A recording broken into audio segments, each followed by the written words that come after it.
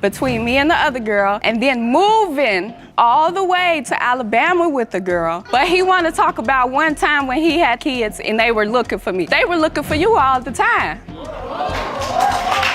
While he was doing all that research trying to figure out who I was talking to, he failed to tell anybody that he was engaged to this girl. What? While he was still married. Why would you put me on child support if I'm supporting my child already? You help diapers here and there. I've been doing it since day one, Tony, so don't try that. You have been coming around lately because why? Because she keeps moving and people get tired reaching out. Here. She has reached out to you plenty of times. This case is a wild ride from the start. Judge Lake kicks things off with Carr v. Villa, where Mr. Carr claims Ms. Villa is a serial cheater who's dodged a DNA test for 3 years. Ms. Villa admits to mistakes but insists Mr. Carr is the father. If you think that's messy, just wait. It's about to get worse than a toddler with cake. Mr. Carr, you state that Miss Villa is a notorious cheater who tried to pin her daughter Trinity on you. Yes, Your Honor. You claim there is no way you are the father and had to open today's case because she's been running from you and a DNA test for 3 years. From a Facebook message to a paternity lawsuit, things escalated fast. Mr. Carr calls Ms. Villa a liar, but admits he kept taking her back. Ms. Villa explains it started as a one-night stand. Then, boom, a baby. Judge Lake is shocked, and even Jerome is nodding like, this is crazy. He hit me up on Facebook, and it went from a one-night stand to us having a kid. Wow, that is a huge jump, Jerome. And it turned into a relationship from just meeting on Facebook. What is this, love at first sight for you all? Like, what you were just No, Your Honor. We want to do this? The problem was I couldn't get rid of her, Your Honor.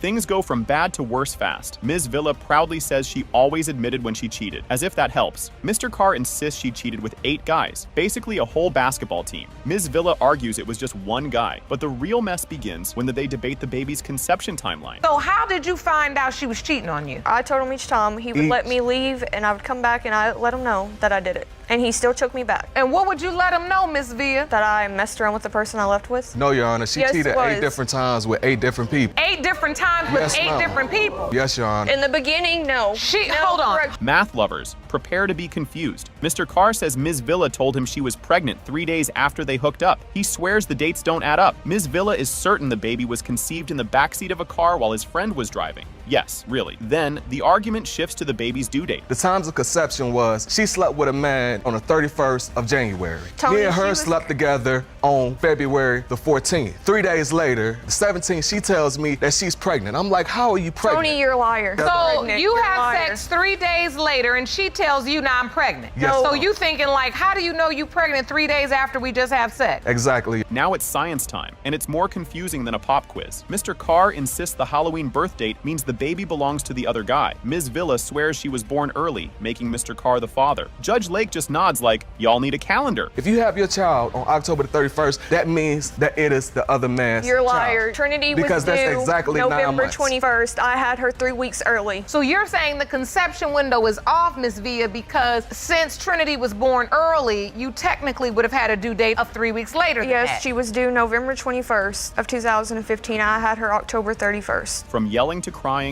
Mr. Carr says he's been raising a child who might not be his. He loves her but fears the truth. Ms. Villa tells him he didn't have to stay. Bad timing. Just when emotions hit their peak, Mr. Carr reveals all the times he tried to get a DNA test. Do you have a relationship with her? Yes, Your Honor. I'm with her every day of the week, just about. I play my role as a father. No matter what it is, no matter how much pain, I still treat her like she's my own child. And that hurts you.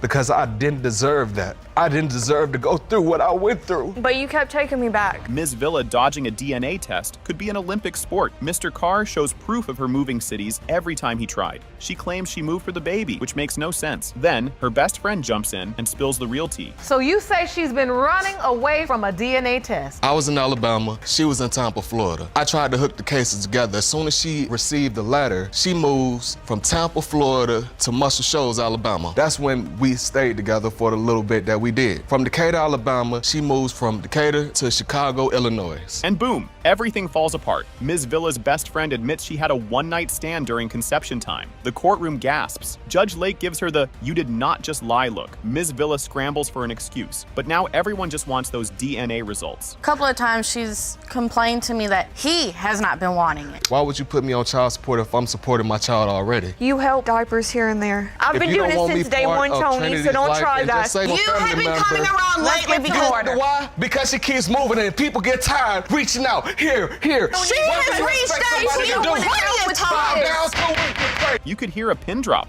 Judge Lake opens the envelope. It has been determined by this court. Mr. Carr, you are the father. This case was wild before it even began. Mr. Thompson walked in, hoping to save his 11-year marriage, but things already looked bad. Doubting if newborn Micah was his, he wanted a DNA test, while Mrs. Pate Thompson prayed he was the father, because otherwise things would get messy. Mr. Thompson, you are in court today in hopes of saving your 11-year marriage. Your wife has a newborn, 4-month-old Micah Pate Thompson, who you hope is your baby, but say your doubts are overwhelming. Yes, Your Honor. Their marriage was beyond rocky. More like a crumbling sandcastle. They hadn't shared a room in months, and Mr. Thompson complained about her not cooking, cleaning, or working. Despite the chaos, he still wanted to be Micah's dad, but the doubt was eating him alive. The encouraged times of our relationship it's rocky. We don't sleep in the same bedroom. We haven't slept in the same bedroom in years. We haven't had sex probably in about 7-8 months. She don't like to cook, she don't like to clean, she don't like to work. It's a lot going on, other than Micah. So every marriage is not perfect, but it's a lot going on. Their love story and marriage. It started like a rom-com, but turned into a reality TV disaster. They met in college, and after an unexpected pregnancy, his mom suggested they marry. Their chaotic wedding involved nachos, drinks, and a quick counseling session. It wasn't happily ever after, but definitely what just happened. We met in college. We had a class together, and he sat behind me, cracking jokes, trying to copy off my test. Next thing you know, we were talking and we were together in a relationship. You couldn't see him without seeing me. Mr. Thompson, you met and you were very happy together. Yes, ma'am. You decided to get married. She ended up eventually moving in with me and my family. First signs of infidelity. If red flags were alarms, theirs would be deafening. Mr. Thompson caught her texting other men and started DNA testing their kids. He felt like he was in a never-ending episode of Are You the Father? And sadly, the drama was just beginning. What went wrong was when me and LaToya first started getting into marriage and stuff like that, I had found out she was doing some things that she shouldn't have been doing. Text messaging, meeting up with guys and stuff like that. So when I confronted her, she said it wasn't true. Found out otherwise. I had to get DNA tests on my first 2 boys by her. We married, but every time, while we're in a marriage, and every time you get pregnant, I gotta get a DNA test. Separation and moving on, their break only made things worse. Mr. Thompson moved out while Mrs. Pate Thompson made new online friends, like a full-time job. Meanwhile, he stalked her social media like a detective, and what he found was jaw-dropping. When I left, she said she was gonna work on herself. Me and her had ample While he was conversations with somebody else. about her working on herself because she deleted me off social media. I found out she started adding all these other dudes to her social media page. Because you were gone, you were living with somebody else. She didn't want to move on. She said she was gonna work on. Were you all planning to get a divorce? Nah. Yes. When she said she had a job interview in Atlanta, Mr. Thompson wasn't buying it. She ignored his calls,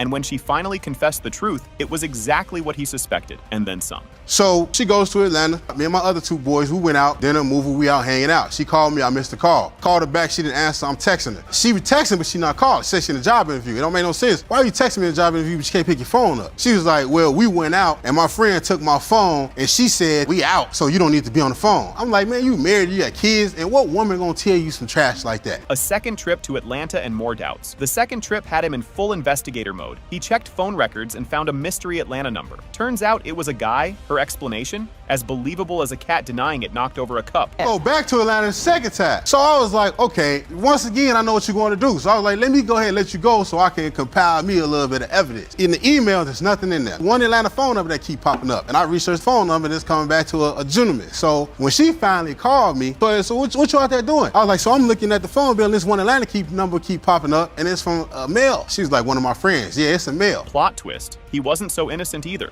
Mrs. Pate Thompson revealed he was engaged to another woman. He tried to deny it, then straight up admitted it. If bad decisions were a sport, they'd both win gold. Between me and the other girl, and then moving all the way to Alabama with the girl. But he wanted to talk about one time when he had kids and they were looking for me. They were looking for you all the time. While he was doing all that research trying to figure out who I was talking to, he failed to tell anybody that he was engaged to this girl. What? While he was still married. Turns out, Mrs. Pate Thompson first told another guy he was Micah's dad. Mr. Thompson remembered sleeping with her once during that time, but was too drunk to be sure. The question remained, was Micah really his? The point when you found out you were pregnant with Micah. The first person I told was the other guy. The timeline and the way, the conception and everything, I was thinking it was the other guy because I wasn't with Marcus at the time. We had sex one time in that time frame. I don't know if it was before the first time she went to Atlanta or when she came back, but she said it was another time. I don't know. I was drunk anyway, so I don't know which time it was. Despite everything, Mr. Thompson tried to be there for Micah. He missed the birth due to work, but later stepped up as a father. However, he never signed the birth certificate. His doubts were too strong. It was a struggle for me to even get her to let me come to a doctor's appointment. And she was just like, I didn't think you want to go because of the situation. At the end of the day, I'm a man before anything, and if I'm gonna be that boy's father, I don't want to miss out on nothing.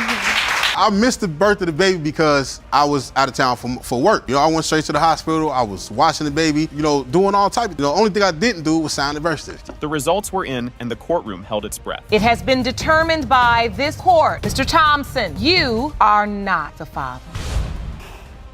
Okay, so this one was wild right from the start. The case of Lyde versus Ellis is introduced. And right away, we find out Danielle Lyde has believed for 26 years that Mr. Ellis is her dad. But Mr. Ellis? Nope, he says that's impossible. Claims her mom was out partying and cheating. The way this man is so confident, oh, he's in for a big surprise. Ms. Lyde, you say that for 26 years you have known only one man, the defendant, Mr. Ellis, to be your biological father. And you're devastated that he is claiming you're not his. You say that Ms. Lyde's mother was unfaithful during your 7-year relationship and that you are certain you are not Ms. Lyde's biological father. Oh man, this part was straight up heartbreaking. Danielle Lyde talks about how rough her childhood was. No dad, bouncing between foster homes, no male role model at all. She says it was tough, and honestly, you could feel the hurt in her voice. But before you can even start to feel too bad, Mr. Ellis comes in with some next level nonsense. I didn't really have a relationship with Mr. Ellis. Growing up, it was just me and my mom. I've been in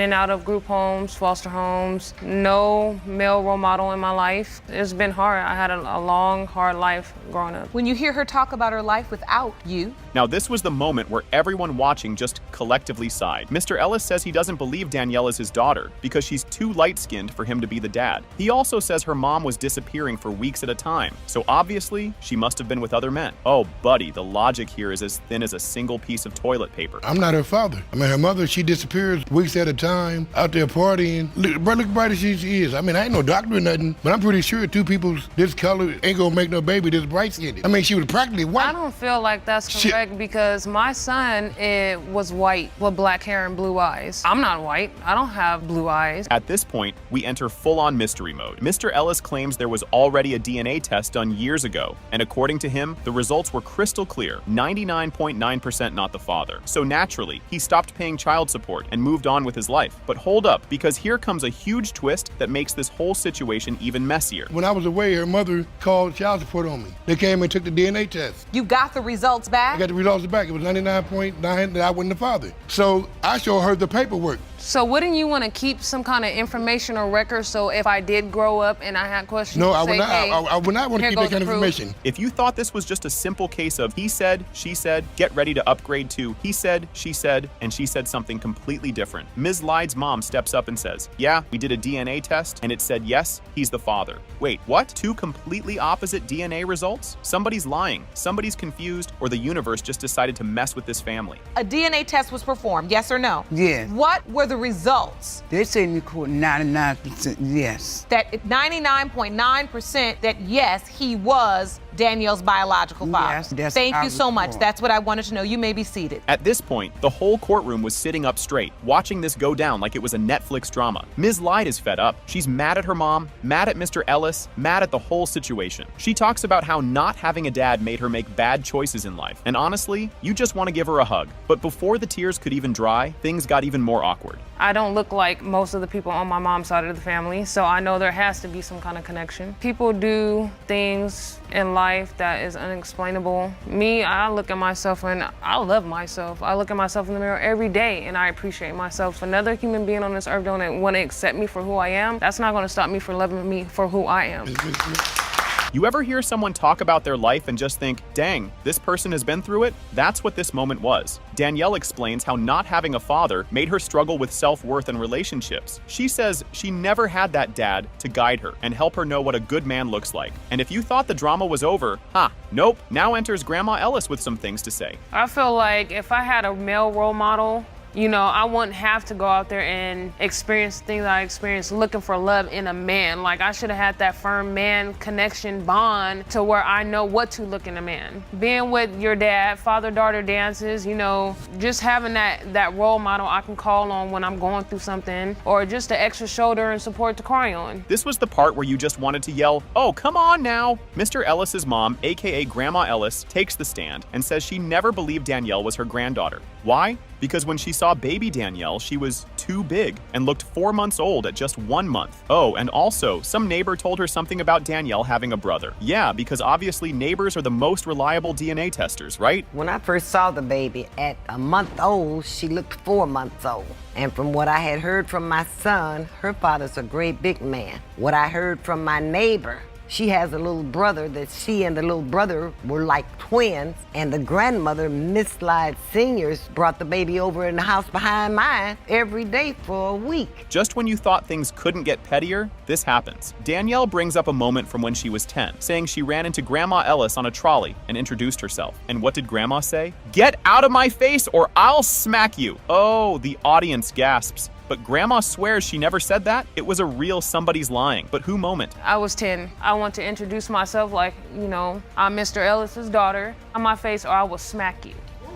What? She's lying. This little girl slid up, teenager. She said, hi. I said, hello. Do you know me? I said, no. Should I? I'm your granddaughter. I said, no, you're not. I said, I know who her daddy is, and you're not gonna put that on my son. And they're both lying. At this point, even Judge Lake was like, all right, what the heck is going on here? She lays it out. Danielle has been told her whole life that Mr. Ellis is her dad, but he says he has proof that he isn't. Yet nobody has actually seen this proof. It's like a detective movie, but with way more yelling and family drama. And finally, we're about to get some real answers. Her point is she's been told her whole life you are her biological father. You say you had proof that she was not. End of the day, Mr. Ellis, you're saying that she's 99.9% not your biological daughter. And Ms. Lyde, you're saying he's 99.9% your father. And that's where the mystery is. Because I'm 99.99% lost and confused. A lawyer steps in to try and explain how something this messy even happens. Turns out, child support cases can be super confusing, and sometimes the system straight up messes up. Like, oops, we told you to pay for a kid that's not yours. Our bad. The expert basically says, yeah, it's possible that a mistake was made here. Oh, and speaking of mistakes, we're about to find out if Mr. Ellis made a big one. As a family attorney for the last 17 years, stranger things have happened in family court. Child support is not for the mother to waive. So even if Mrs. Lyde's mom said, you know, we're on good terms, I'll waive it. You can't do that because the Department of Child Support Services is there and they're involved. And they're gonna enforce the order if, in fact, the father is the father and there's enough income to enforce this order. You could feel the tension through the screen at this moment. Judge Lake pulls out the envelope. Everyone holds their breath. And then, boom, the DNA test says, it has been determined by this court. Mr. Ellis, you are the father. Whoa! I knew it! Yes! Boom! Ha! Buckle up, folks. This case is about to take us on a wild ride. The judge announces Luttrell vs. Leaks, and Ms. Luttrell is here to find out who her real dad is. She hopes DNA will confirm it, but something tells me it won't be that easy. Ms. Luttrell, you found your case because you say after a lifetime of confusion of not knowing who your biological father is and receiving no help from your mother, you are now hopeful because you believe you have finally found your dad. Imagine meeting your dad for the first time. Crazy, right? Ms. Luttrell confirms she's never met Mr. Leaks. The judge asks if she's ready, and she nervously says yes. You can almost hear the dramatic music. Yes, I believe that I found him because I did a DNA test through Ancestry.com. And you have never met him? No, I've never met him in person, face to face. Are you ready to see him for the first time? Yes, I'm really excited. I really would like to see him. Jerome, will you please escort Mr. Leaks into the courtroom? Ms. Luttrell's mom gave her 3 different stories. First, dad left for cigarettes and never returned. confirmed. Then, Mom just didn't want him around. And now, Mom straight up says, "Girl, I don't even know." I was told that my father had went to the store and apparently was to buy cigarettes, and he never came back. And then when I was 13 years old, she told me that basically she didn't really want my father in my life. I asked her about my father, and she told me that basically, you know, sorry daughter, I just really don't know, so long ago and I can't remember. The judge pulls up an exhibit, 3 possible dads. One was a co-worker, one a classmate, and one a mystery man from a party. Mom admits to short relationships and losing contact. This is turning into who's the daddy? You say there are 3 possible fathers, one of which was a co-worker.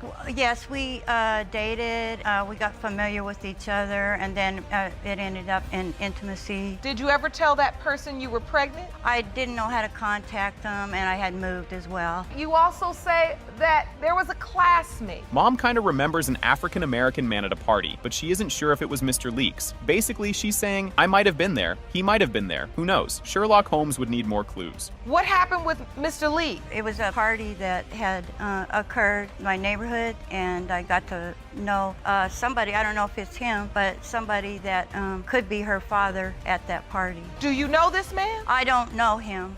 When she brought him up, I just said, well, he looks familiar. Modern technology saves the day. Ms. Luttrell finds a match on Ancestry.com, messages a cousin, and discovers Lee Leeks. She then Facebook stalks him and thinks she looks like his daughter. But is it real or just wishful thinking? And so how did you connect with him through his family? Through Ancestry.com, directly messaged a family member who was my cousin, says he was my cousin. And then his wife actually was the one who made his profile. So I was talking directly mostly with his wife. And then I also talked to him as well. They came to the conclusion that possibly Lee Leeks could be my father in the family. Ah! Mom's vague description doesn't help much. She did say he was younger, and Mr. Leeks was 19 while she was 35. Mom admits she was at a party with a younger guy, but that's still a whole lot of maybe. Well, my mom, like I said, the 3 stories that I gave you was talk to her about like the age range as well. Like at the time he would have been, I think, 19 and she was 35. She said it is possible because she remembers going to the party, like she had stated, and he was younger. Oh, she remembered sleeping with a young guy at this party. Yes. Most confident denial ever. The judge asks if he remembers the party, and he flat out says no. No hesitation, just a firm, I would have remembered that. The audience laughs. Same, dude. Do you remember this party and this one-night stand? No, I'm just looking at it right now thinking, okay, it's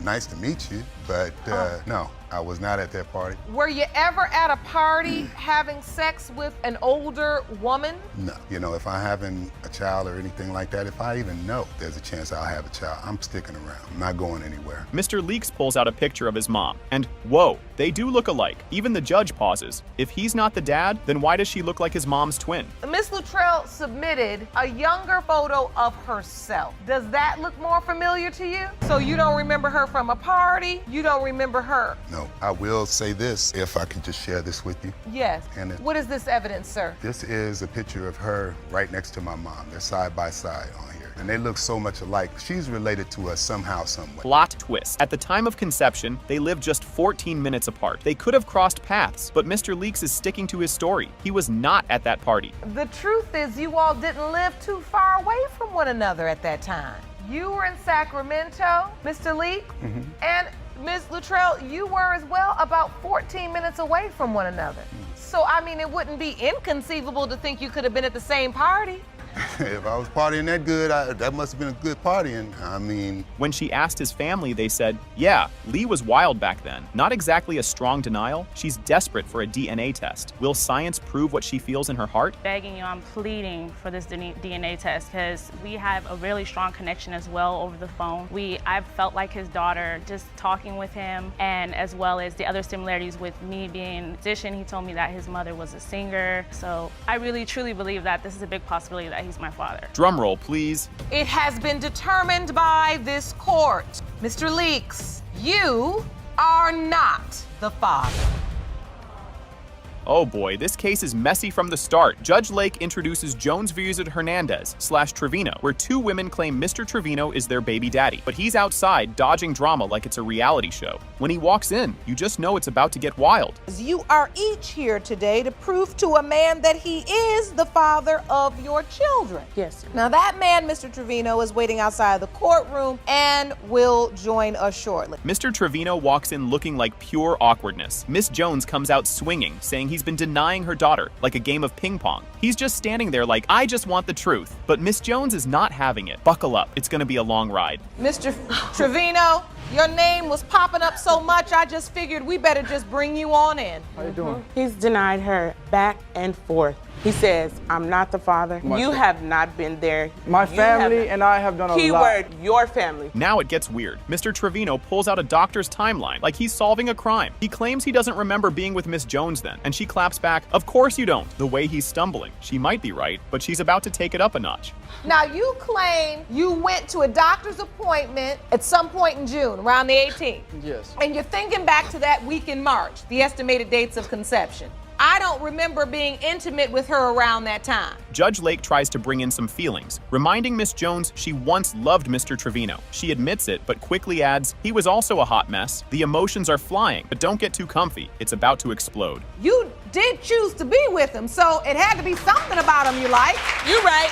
And you have to follow your heart, who you love at the time. I did. I was in love with him. I don't remember nothing because he's a charmer. I was always intimate when he wanted. Oh, now you don't remember. The spiteful lie boom. Miss Jones admits she once told Mr. Trevino he wasn't the father, just to hurt him, and she says it felt good. Trevino looks like he just found out Santa isn't real. He's not buying her excuse, and things are about to get crazier. It turned into an argument, and right away, she went down and gave me a low blow, and I was like, I've been doing this. She said, I said, you know what, I've been doing all this and the baby, and she's probably not even mine. And she says, matter of fact, she's not yours. Oh, and it felt so good. So you're saying you set it out of spite. Now Trevino fires back, saying Miss Jones used to party and date married men. She's like, I was single and living my best life. They're throwing accusations like it's a roast battle. But hold up, there's another woman about to join the fight. Before we got into a serious relationship, she was club hopping. She was, going out with him and going out with him, bringing him with home. No children. Yes, you were engaged and married. Oh, really? Maybe you're you gotta get your yours story. Too. Everybody has to do their own thing and get theirs. And okay. You told me out of her mouth because when we started getting to know each other, I asked her what type of person she was. Now Trevino questions if Hernandez's baby is his. His reason? She got dressed up every time he left for work. Oh, and the baby has a hairy back, but he claims he isn't hairy. Hernandez is like, dude, I'm Mexican. We're just hairy. This logic is next level ridiculous. There's been so many times where I'm going off to work and she's over here straightening her hair and putting on makeup. Why don't you do that while I'm there? You should be doing that for me, not when I'm on my way to work. Guys coming over, and when I'm getting home from work, coming over they're for leaving. My brothers, not coming over you know for what I mean? me. Like, I can't. And her brothers, by the way, her brothers hate me. Judge Lake has had it. She tells Miss Jones she can't complain when she once told Trevino he wasn't the dad. Then she tells Trevino to quit playing detective. The courtroom is holding its breath. Time for the big moment. Now, when you get so angry at a man, I'm gonna hurt you the way you hurt me, and I'm gonna tell you that this child isn't yours, because he then starts to act like child isn't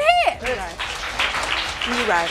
Here we go. DNA results. Surprise, surprise. Mr. Trevino, you are father.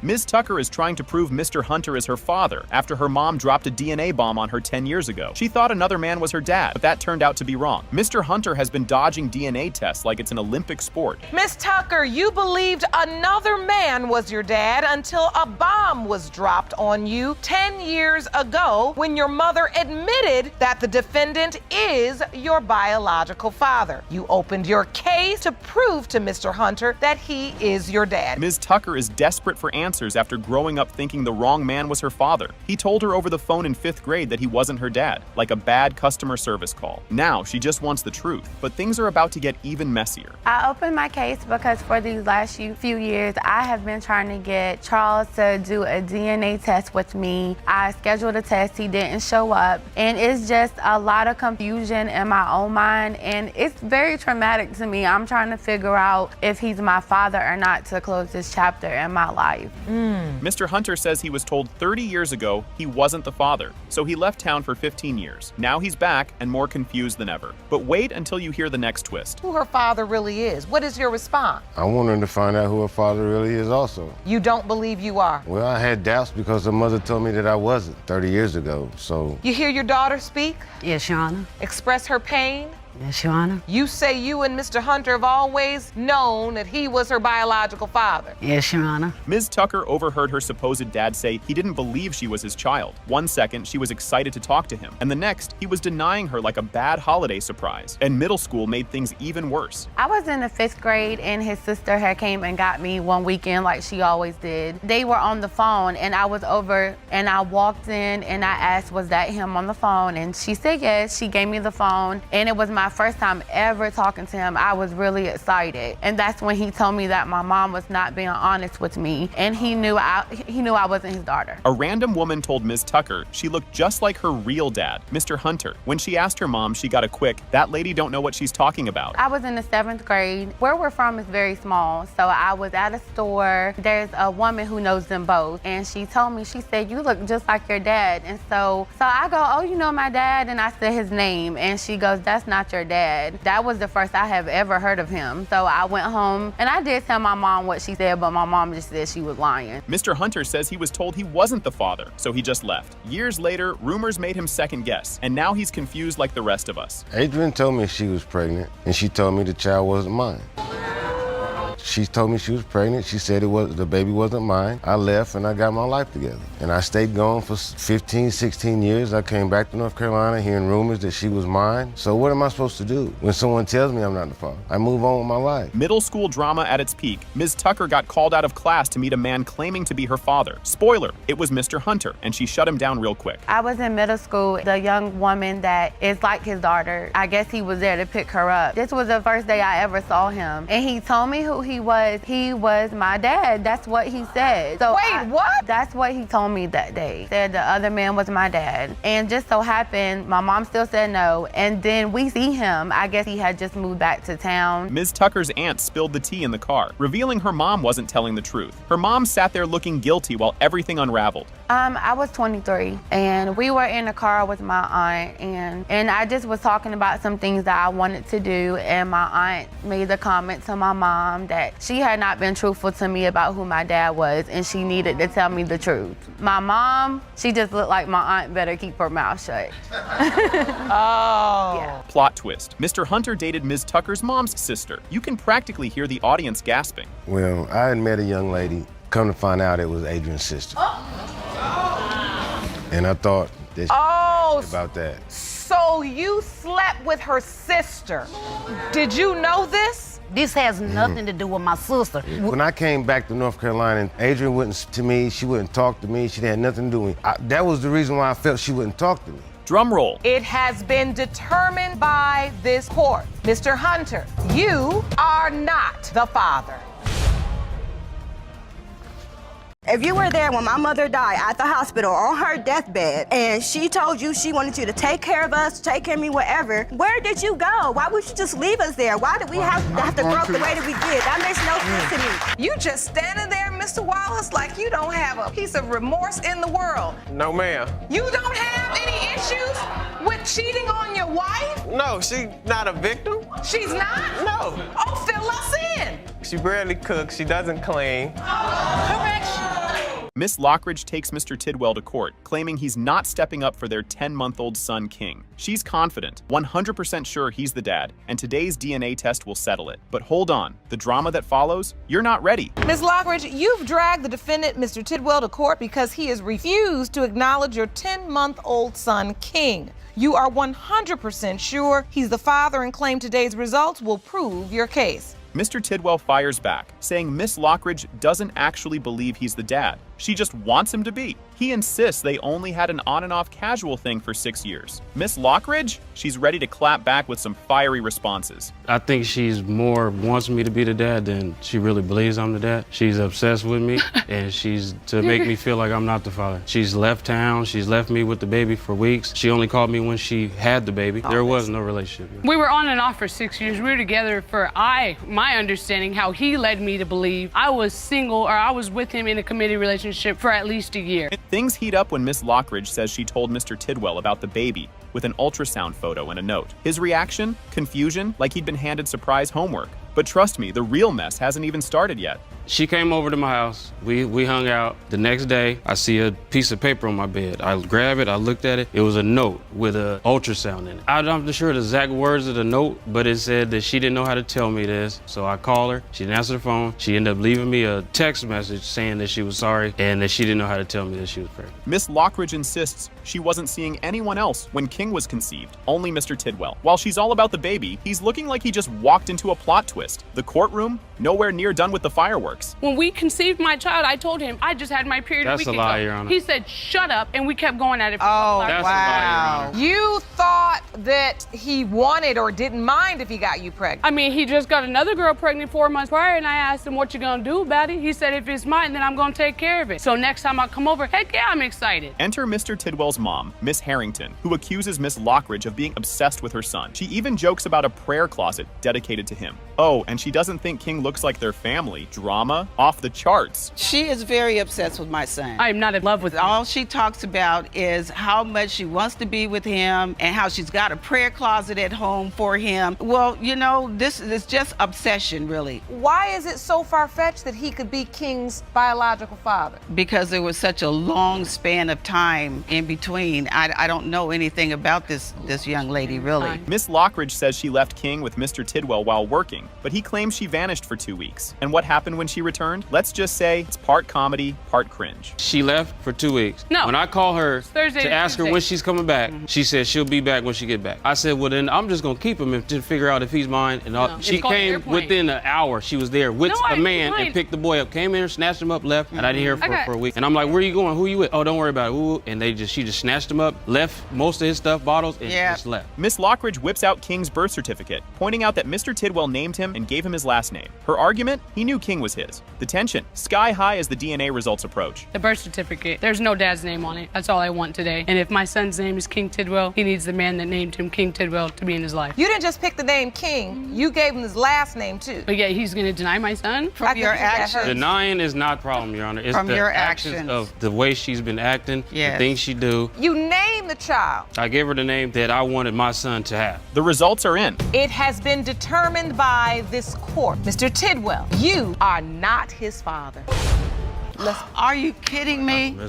Things get messy fast. Mr. Robinson and his wife claim he's not Trevorous' dad and say Ms. Grant tricked him into paying child support. Now they're suing for $124 to fix his license and $1,600 in wages. You and your wife say you are not the father of the defendant's son, Travaris, but know who is. You claim she deceived you into believing you were the father to collect child support, and as a result of your inability to pay, your driver's license was suspended and your tax return was taken. Today, you're suing Ms. Grant for $124 for license reinstatement fees and plan to return to court in your home state to fight for $1,685.10 in garnished wages. Ms. Grant isn't backing down. She shows the court an affidavit where Mr. Robinson said he's the dad. She says he even acted like a dad before doubting it. Mr. Robinson admits signing it but gets sketchy about his proof. My son never went around them. Yes, Dexter did claim my child because I have proof here where he went to sign papers and everything. He had the opportunity. What is this paperwork? That is where he signed and say that is his child, and he states that he will pay $60 a month for his child. This is an affidavit, an admission of paternity, which is basically an acknowledgement of paternity. Plot twist. Ms. Grant says Trevorous isn't Mr. Ellis's kid, but Mr. Ellis told Mr. Robinson otherwise. Mr. Robinson believed he was the dad for over 20 years, but one conversation flipped everything upside down. 2 years ago when this other man approached him and told him that he was the father. So, Mr. Robinson, at At some point after you signed this acknowledgement, someone came up to you and said, I'm Mr. Christian's father? Yes, Your Honor. 20 years you thought Mr. Christian was your son and you were paying support. Yes, Your Honor. Mr. Ellis claims Mr. Robinson started the whole mess, but then it gets wild. He says Ms. Grant once called Trevorus his son, which she denies. Meanwhile, the tension rises, and Trevorus is about to weigh in. No, that's a lie. He approached me.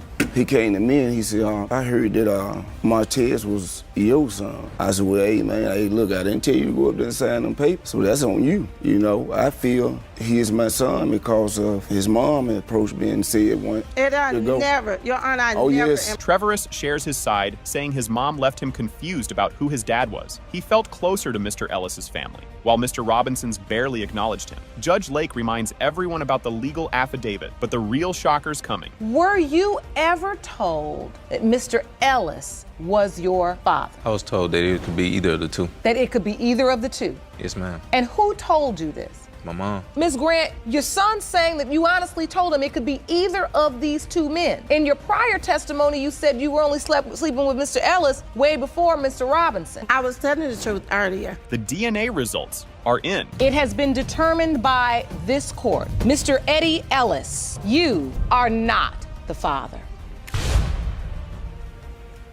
Buckle up, because this story starts with a mind-blowing twist. Mr. Hinton says he had a fling with the twins' late mom, which led to their birth. After a tragic accident, he lost contact and spent 25 years proving he's their dad. But the twins are like, who even is this guy? Things are about to get messy, so brace yourself for the drama bomb. Mr. Hinton, you say that a brief affair with the defendant's now deceased mother resulted in their birth. You say you lost touch with the children after a tragic accident and have spent the last 25 years trying to find them and prove you are their father. This part feels straight out of a soap opera. Mr. Hinton claims he bumped into the twins' mom at a flea market, visited her house, and the little girl Marilyn jumped into his arms like she knew him. But Marilyn's over here saying, no, that never happened. Trust me, the chaos is only just beginning. I was in Columbus, Ohio at a flea market. Somebody came up and tapped me on the back of my shoulder. I turned around and looked. I didn't recognize her at first. Then she looked at me like, this is Tanya. And then it clicked for me right then and there. So we did our pleasantries and we hugged. So I said, well, why don't you come over tonight? And at the time we was talking, there was kids running around the living room. I mean, just running around. Kids do. Now it gets popcorn worthy. Marilyn remembers a guy named Mark hanging around when she was little, but she never called him dad. Mr. Hinton says, surprise, I was going by my middle name, Mark. Apparently, there was an army of Emmanuels in Columbus. The reactions to this twist, priceless. I do remember when I was a little girl and my mom let me go with a man who I called Mark. I didn't even call him dad. I didn't call him Manny. His name was Mark. He just took an interest in me and my mother just let me go with him. We would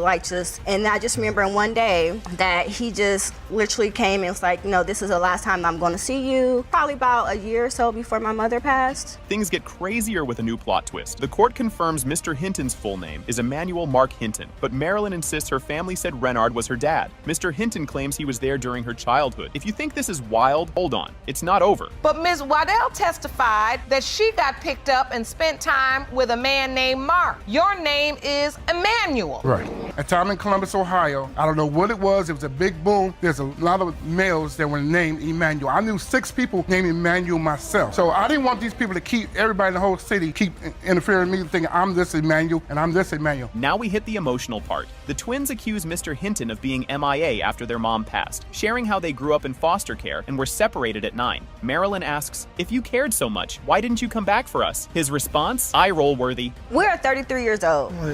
So if you are our father, why would you wait all of this time?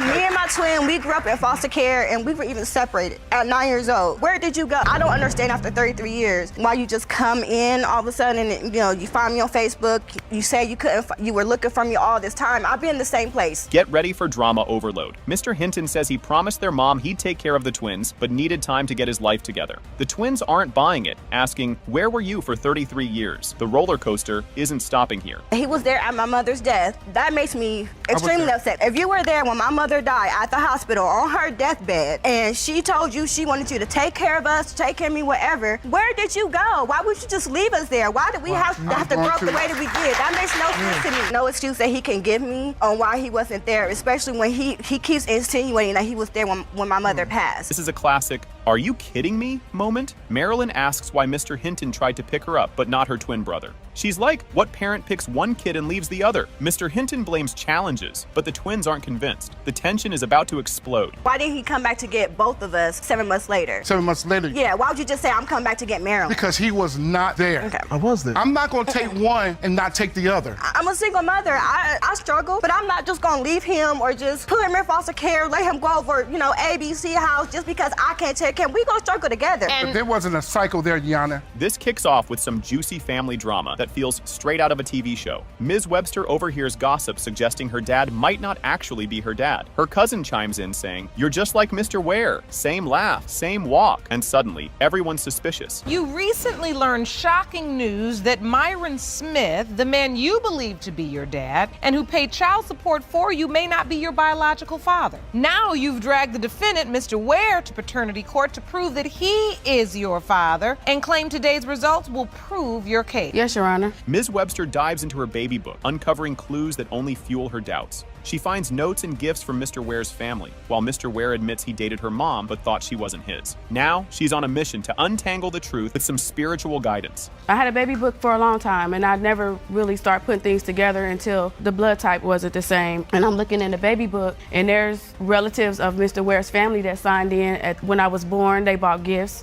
There was an address. Relatives of Mr. Ware, yes, Your Honor, have signed into your baby book when you were born. Correct, Your Honor. The plot thickens when Mr. Ware shows up during a church prayer session. Ms. Webster turns around and realizes this could be her dad, but it's as awkward as it is surreal. The moment feels like destiny, or maybe just a bizarre twist of fate. We went to visit him at his church. I knew who he was, but he didn't know who I was. I just been praying, that I find out who my father is. There's things in my life. I came to the Lord. I went to the altar. They had altar call. I'm praying. And I'm nervous, but I just felt this energy. When I got up, Mr. Ware was standing right behind me. So out of all And did you know it was Mr. Ware? When I was down, no, I didn't know who was standing there when I got up. Tamara Smith enters with major receipts, claiming she knows who the real dad is. She insists Ms. Webster's mom and Mr. Ware were together when Ms. Webster was conceived, clashing with her mom's denial. The drama skyrockets as Ms. Webster's mom steps in to defend her story. My name is Tamara Smith, and I grew up in the household with Demisha's mother, Miss Webster. Mr. Ware was like a part of our family. I know what Miss Webster may have told him, that he wasn't the father, but I believe in my heart when Miss Webster left Louisville to move back to Dayton, Ohio, that she left her pregnant. Mr. Smith, who's been paying child support for years, reveals he was out of state during the conception window. Despite signing papers without a DNA test, he wanted to do the right thing. Now, Ms. Webster's mom has to set the record straight amid mounting tension. You have been paying child support. Yes, I have. But you don't believe you're her biological father. No, I don't. Miss Webster was born September the 17th, which means that she had to be conceived either late December or January of 76 or late December of 75. I was in the United States Army, stationed in Fort Hood, Texas. Right there, she was born September the 17th. Last time I was home on leave was late November. The mom testifies, confidently naming Mr. Smith as the dad, until it's revealed she was dating Mr. Ware too. The court hears everyone's version of events, creating a live soap opera moment. Then comes the bombshell. The DNA test results are in. Tisha was named for my cousin Marika and Mr. Ware. His middle name and Marika's name together, and that's how she got to be. Of course, Marsha and I, we got together to name her at the time. I do remember that. You dated through the process, you named her together, but you were sure he was not the father? Right. It has been determined by this court. Mr. Ware, you are not her father. This gets messy fast. Like, grab your popcorn. Messy. Mr. Pierce accuses Ms. Koval of tricking him into thinking her baby was his. She admits she cheated, but insists Julian is his, setting the stage for a drama-packed showdown. You are summoning your ex-fiancée, Ms. Cavell, for a paternity test to prove that her 1-year-old son, Julian, is not your son. You claim Ms. Cavell deceived you into believing you were the father, and it wasn't until Julian was 6 months old when she finally confessed she had cheated and you may not be the father. Things explode when Mr. Pierce recalls giving Ms. Koval a chance to confess secrets, thinking they were solid. She admitted to cheating, which led to days of guilt-fueled confessions. Just when you think it's done, more chaos unfolds. When I found out, I just had to call it off. I mean, there's no sense in really trying to go for a marriage because it's not true. How do you feel when you hear Mr. Pierce say these things, Ms. Cavell? It really hurts me. I know I made a mistake at one. We were both going through an emotional roller coaster at that time period. I made a mistake one time. I understand that my son looks nothing like him, but he looked to me when I was a baby. You don't see no color in that baby. Ms. Koval reveals she cheated after feeling unsupported during a tough time. She says it was a one-time mistake with a coworker, but Mr. Pierce doubts her. The awkward vibes skyrocket as trust hangs by a thread. When was he born? May 13th. Oh, this is here. When you had that moment where you fell short and cheated? It was in September. I don't remember the exact date. I had just lost a baby. Early September, middle September? It was early September. Did you say the end of August, beginning of September? Somewhere around. You cheated right around here. Mr. Pierce wants both a paternity and lie detector test, saying trust is gone. He can't believe someone he trusted betrayed him. Their future hinges on these test results, and the tension couldn't be higher. In addition to the DNA test you request today, you're also requesting a lie detector test. Correct, Your Honor. We have, in fact, administered that test, and the results will be revealed shortly. You have this beautiful baby. When you look at this child, what are you thinking? Every time I look at him, it kills me. The paternity test results are in. It has been determined by this court. Mr. Pierce, you are Julian's father. Yes! From the get-go, it's chaos. Miss Reed demands a paternity test to prove Mr. Wallace isn't the father of Miss Austin's baby. Plus, she's suing Miss Austin for $5,000, blaming the affair for her financial troubles. Miss Austin fires back, denying she owes Miss Reed anything and insisting Mr. Wallace is her baby's dad. The drama is off the charts, and we're only getting started. You are demanding that Miss Austin have a paternity test administered on her child, whom she claims was fathered by your estranged husband. You're hoping the DNA test will prove that your husband is not her baby's father. You argue that her affair has left you struggling financially as well. Buckle up. This is where it gets messy. Miss Reed found out about Miss Austin when she answered Mr. Wallace's phone and heard, "I'm his girlfriend." Shocked, she responded, "No, I'm his fiancé and we just had a baby." Though she initially left him, she later forgave and married him. But Miss Austin's next bombshell keeps the drama rolling. And I found out about Mrs. Austin. One day I came in from the hospital from having my second child, and Raniel's phone rang, and I just so happened to answer the phone. Mrs. Austin, she said, "I'm Raniel's girlfriend." I said, "Raniel's girlfriend, did you know that Raniel was engaged to me or whatever and just had a baby?" She said, "No." I packed my things and I left with my 2 kids at the time. I went and stayed at my aunt's house. Miss Austin brings the heat with her unapologetic story. She claims she didn't know about the engagement and only learned of their marriage via Facebook. Instead of apologizing, she blames Miss Reed for not keeping up the house, saying that's why Mr. Wallace strayed. Her confidence is wild, but when Mr. Wallace enters, the drama hits new heights. I found out on Facebook that Raniel, Mrs. Reed, was married when she posted a picture up there of their marriage life. That's when I found out. And yes, I did confront Raniel about the marriage. So what you're saying actually is that you didn't have any regret or remorse about it because you felt like if she was handling her business, he wouldn't be over talking to you. Mr. Wallace arrives looking more casual than concerned. He admits to cheating, fathering 3 kids with Miss Reed and possibly one with Miss Austin, citing boredom as his excuse. Judge Lake calls him out for his audacity, while Miss Reed tearfully confronts the mess he's created. Things quickly turn emotional. You just standing there, Mr. Wallace, like you don't have a piece of remorse in the world. You don't? No, ma'am. You don't have any issues with cheating on your wife? No, she's not a victim. She's not? No. Oh, fill us in. First off, she wasn't a good wife. She barely cooks, she doesn't clean. Correction. Miss Reed's testimony is heartbreaking. She shares how her kids feel neglected now that Miss Austin's baby is in the picture. While upset with both parties, she ultimately blames Mr. Wallace for failing their family. Her only wish? For her kids to have a present, caring father, but there's still the $5,000 lawsuit to address. I registered for a wanted to be his because I feel like ever since Rayel had other kids on my kids get the short end of the stick. They rarely see their dad. Like when I take them to see him, I have to like leave them with him in order for them to spend time with their father. Before her child even got in the picture, Rayel was there for my kids for whatever. Like watched them, gave them whatever. But now that Mrs. Austin's child is in the picture, my kids have to suffer. And I feel that it's not right. The $5,000 lawsuit hits a wall. Judge Lake rules that Miss Austin isn't to blame for the marriage's downfall. That's all on Mr. Wallace. Miss Reed looks frustrated, but the judge calls out everyone's messy behavior, reminding them that children's lives are at stake. And now it's time for the paternity results. We found out today through testimony and confirmation is that Mr. Wallace actually went after Ms. Austin. Now, in order for you to sue for alienation of affection, you have to prove that this young woman planned to destroy your marriage. I don't see that. It was his free will that started this affair. Are we clear? Yes, Your Honor. So for this reason, my judgment is for the defendant. Here's the moment everyone's been waiting for. In the case of Reed versus Austin, when it comes to baby Demuriel, Mr. Wallace, you are her father. Told you, dummy. She looks just like you, dummy. I don't like condoms, so I don't use condoms. Exactly, and I want you to know this. I'm allergic to latex, so I can use non-latex condoms. Why do people keep saying they're allergic to latex but not allergic to sex? This woman tried to trap me. I mean, it's like sex at all. You're right. First brought out the condom, I said, is it a no-latex condom? He told me no. I said, we better off not. No, never mind, I'll just do it anyway. We went on to the store. Well, while we was going to the store, her friend started to tell me a story. She was like, well, I just want to tell you something. She was like, well, the whole time that you was gone, she was cheating on you. Her best friend told you This that? is what her best friend told me. And I only did it because I thought you was cheating on me. Okay.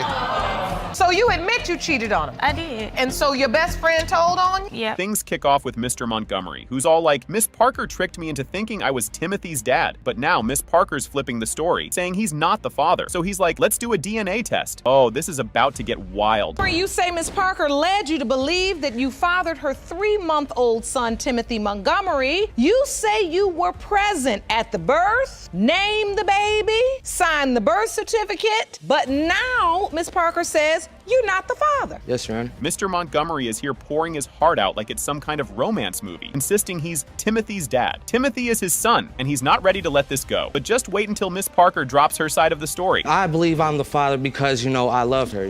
Me and her were together. We were sexually active. You too. Without a shadow of a doubt, I just believe, firmly that this is my son. I was there, through the pregnancy and signed the birth certificate. And what the funny part is, because she I thought allowed he me was to name your the son after my deceased father. Miss Parker's story just took a hard left turn as she admits there's another possible dad in the mix. This love triangle just turned into a math problem. I thought he was the father. You did? Yeah, because he looked just like Mark in the ultrasounds. So during the ultrasounds, you felt like they resembled? Yeah, they looked just like him, and I believed that he was the father. Miss Parker's dropping bombshells, admitting she was with both guys at the same time, making paternity a big guessing game. And Miss Parker doesn't seem like she's done spilling the tea. I had sex with both of them around the same time and the same day. You're talking about one of these 3D ultrasounds? Is that what you're talking about? Yeah. I know what you're talking about. I had one of those, and I know what you're saying when you look at baby and you pick out features and you say, oh, I think he kind of resembles, but there's no way if you were sleeping with another man during the window of conception. Mr. Montgomery went all out, basically moving mountains to be with Miss Parker, and the crowd can't believe it. You've got to feel for the guy. This is just the beginning. I left everything I knew in Cleveland, my family. I had a good paying job that I had, and, left my family, my friends, everything I ever knew behind so I can go down there and be the best father and family man that I could possibly be for her, her kids, and my son. Yeah. Miss Parker, meanwhile, says she was kind of fed up with Mr. Lanou, always ignoring her for his Xbox, so she found herself looking for attention. Everyone in the courtroom is shaking their heads by now, wondering where this will lead next. So talk to me about how you were in a relationship with 2 different men. I was with Mark. He was always on Xbox. He wouldn't even have sex with me during the whole pregnancy because he felt weird. First met, it wasn't even like that. He wasn't even in the picture. Right here. You are He done left. He pried on my girlfriend when I was One with at her. a time. Now, Mr. Lanou and Mr. Montgomery are throwing shade about who's really supporting the baby financially, and it's messy. The competition between these two just keeps getting more intense. I have a job. Where's all this money going? It's going to him. No, it's going not. to I have him. not once Trust and got believe, it. my son will have what he needs. Putting diapers on yeah, his because ass, buying you snuck formula, behind buying my back clothes. and you bit on my girl, homie. Before you got pregnant, you ended up with Mr. Lanou, right? The first time he had left, throughout the whole time, He had even broke up told with him me. that we were sleeping together after he came back. Mr. Montgomery's really been holding back here, but he finally admits he kind of suspected Miss Parker was seeing Mr. Lanou on the side. The truth is creeping closer and closer. Before Timothy was born, no, I had my suspicions, but I had never had, concrete evidence that they was actually sleeping around. Clearly, Miss Parker, you're sleeping with both men. Yeah. At a certain point. You end up in the hospital having your baby. How is it that Mr. Montgomery ends up in the hospital with you? I didn't know it was a possibility that Lanou would have been the father of Timothy. Get your tissues, because Mr. Montgomery is reliving the happiest moment of his life, and he held Timothy at birth. But Miss Parker's about to come in with some ice-cold reality. Sitting there, I'm holding him for the first time, I bring him to, her face, so she can see him because she had a C-section. I'm sitting there crying. I even told myself that, when he was born, I was like, I'm not gonna cry. Was I nervous? No, I was excited because the simple fact of the matter, I was told that I was gonna be and unlike most men, I was damn proud to hear that I was gonna be a father.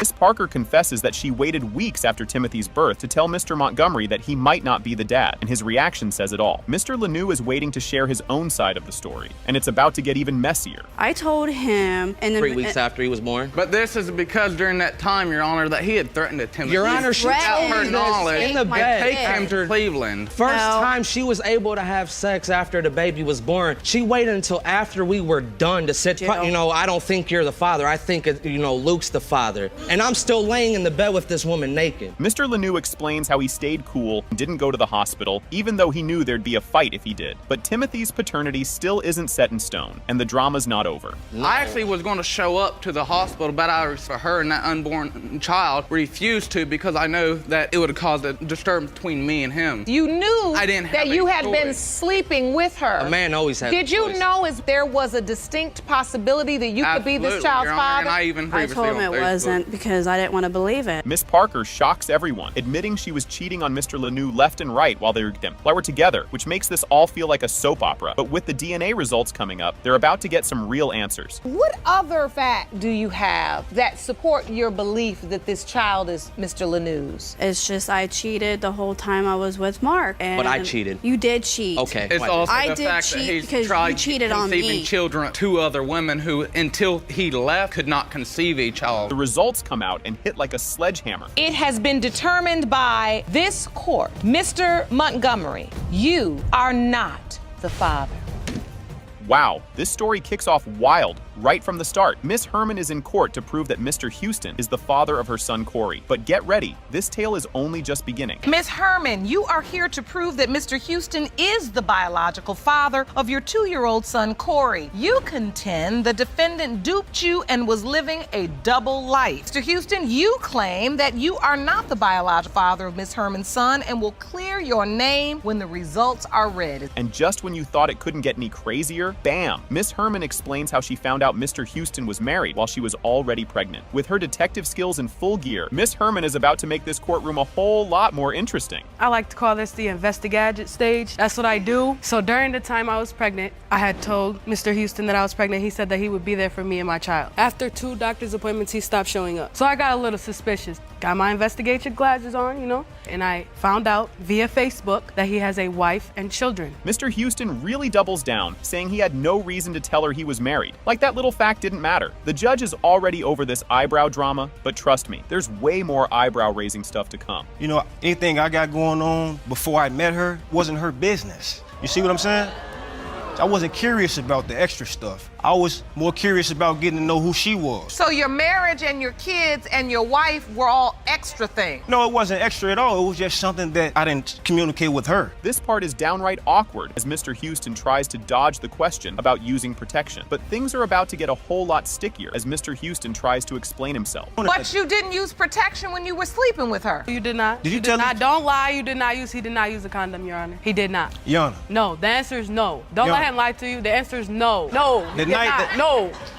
Mr. Houston's version of their meeting is so casual, it sounds like he's describing grabbing lunch. He claims he was just interested in getting to know her, not aiming for anything serious, like, oh, having a kid. Miss Herman's expression says it all. She's about to spill more details he forgot to mention. I had a homie that just got married. You know, we were celebrating his marriage, you know. I met her. She seemed like she was out of her comfort zone, you know. She wasn't supposed to be there, you know what I mean? So I approached her. I said, hey, how you doing? You know, we started communicating. She told me her name. I let her know who I was. He did, Your Honor. Don't let him lie to you. When he do that thing with his eyebrows, he's lying. When Miss Herman reveals they were together for a month and a half, the drama level in the room doubles. And just when you think it couldn't get messier, in steps Mr. Houston's wife with her own version of the story. About a month and a half when I found out I was pregnant, told Cortez that I was pregnant, and he didn't say anything on the other line of that phone. He said, are you for real? I said, yes, I'm for real. Then he promised that he would be there throughout the whole pregnancy, not just 2 doctors. At what point do you discover that he has a wife? Are you already pregnant? Yes. Here comes Mrs. Houston, and she's not here to play nice. But hang on, because these two women have even more to say, and Mr. Houston's day is about to go downhill fast. How did you find out about Miss Herman? The way I discovered, you know, they were doing whatever was a message came in his phone. When I have the baby, I want to move in with you. I'm looking like, who the hell is this? And what is she talking about? So somebody is trying to get answers, and he like playing dumb, you know, wouldn't tell me the truth about it. So eventually I end up calling the number and I talked to her. The drama goes off the charts as Mrs. Houston tells everyone she and Miss Herman were pregnant at the same time. But Mr. Houston's about to pull out a deep reason for his actions that'll leave you scratching your head. You know, he said he's going to be there for me and blah, blah, blah. Like, okay, so you're pregnant. I'm pregnant too. So how does that work? Like, see, I'm in the business of making babies, you know. I have every reason to extend my bloodline. Let me let you know, you know. And now, Mr. Houston gives a reason for his actions that's as surprising as it is confusing. The judge isn't having it and tells him making babies isn't the way to heal his loss. But don't worry, Mr. Houston isn't done with his wild excuses just yet. Exactly. And you thought by making more children, I'll be connected with my father. You will be connecting with your father. At the end of the day, you do have to understand that when you bring children into the world with paternity questions, that's not being a superhero. That's not being the kind of father you say you lost. Mr. Houston's next excuse is one for the history books, claiming he skipped the condom because he's allergic to latex. The judge looks ready to scream as she tries to get him to own up to his choices. I don't like condoms, so I don't use condoms. Exactly, and I want you to know this. I'm allergic to latex, so I can use non-latex condoms. Why do people keep saying they're allergic to latex but not allergic to sex? This woman tried to trap me. I mean, it's like sex at all. You're right. First brought out the condom. I said, is it a no-latex condom? He told me no. I said, we better off not. No, never mind. I'll just do it anyway. And then things heat up even more as Miss Herman accuses Mr. Houston of barely being in Corey's life. Finally, it's time for the DNA results that could blow everything up. Miss Herman, Mr. Houston testified that he wants to be a dad. Has he been a dad to Corey? No, he doesn't do anything for Corey at all. This woman's full of lies today. I don't know why. Can you show you a receipt? I made sure that I had his first pair of shoes. I got him some booties. I did everything that I was supposed to do as far as making sure he had car seats. I did all those things. This moment right here, it's the jaw dropper everyone was waiting for. It has been determined by this court. Mr. Houston, you are not the father. Yes. Thank you, Jesus. I ain't gotta talk to this man not no more. Oh, here we go. Things get intense right away. Mr. Razor and Mr. Hunt, who are siblings, decide to sue their parents for a paternity test. But there's way more to this story. Just wait till you hear about the argument that got this whole dad comment loud and clear, and he was left totally mind blown. Things are only getting messier from here as the family drama keeps unfolding. Yes, I did, Your Honor, but I don't believe my children heard the whole comment. Emotions are all over the place as Ms. Razor steps up situations to big life moments. Hold tight, because Ms. Ham is about to get grilled for answers next. I'm 26 years old, okay? This is the only man that I know. How many men do you know sit in a delivery room with their daughter when they're having a baby, okay? For you to make that statement and for him to... Is there something that you need to tell me? Maybe. Just when you think this family drama is as complicated as it gets, Ms. Ham drops a new bomb. She doesn't actually know who Precious, aka Uncle Tommy, joins in remotely and admits he had a relationship with Ms. Ham back in the day, leaving the siblings even more bewildered. The drama is thick in the air as they all hold their breath, waiting for the DNA test results. That's just nasty. Wow. That is not my father. father. Ms. Ham casually confirms that, yeah, she and Mr. Farmer were involved 26 years ago, which means he could totally be Precious's dad. But Precious is holding back tears as she reveals how desperately she needs the truth about who her dad is, especially since she's getting married soon. And here we are, with the results about to come out. And you know things are going to hit hard. These are my children, and I'm gonna... Whoa, this is a wild start. Mr. Haynes drags Miss Manning into court, claiming he's definitely the dad of her daughter Zoe, even though Miss Manning now says, nope, you're not. And just when you think it can't get crazier, they toss even more surprising facts at each other. Mr. Haynes, you have brought Ms. Manning court today to prove that you are the father of her 4-year-old daughter, Zoe. You say Ms. Manning initially told you that you were Zoe's dad, but now is claiming you are not her father. It's only getting more confusing here, folks. Miss Manning explains her timeline, claiming that Zoe was conceived after she and Mr. Haynes had already called it quits. Just wait, things are about to get even more. What? Miss Manning sent me a picture. I thought it was my son at first. It was actually Zoe. Took a picture of my son and I compared it, and that's when she was my child. And why do you feel you know that for certain? Zoe was conceived at the end of October and we had already broken up.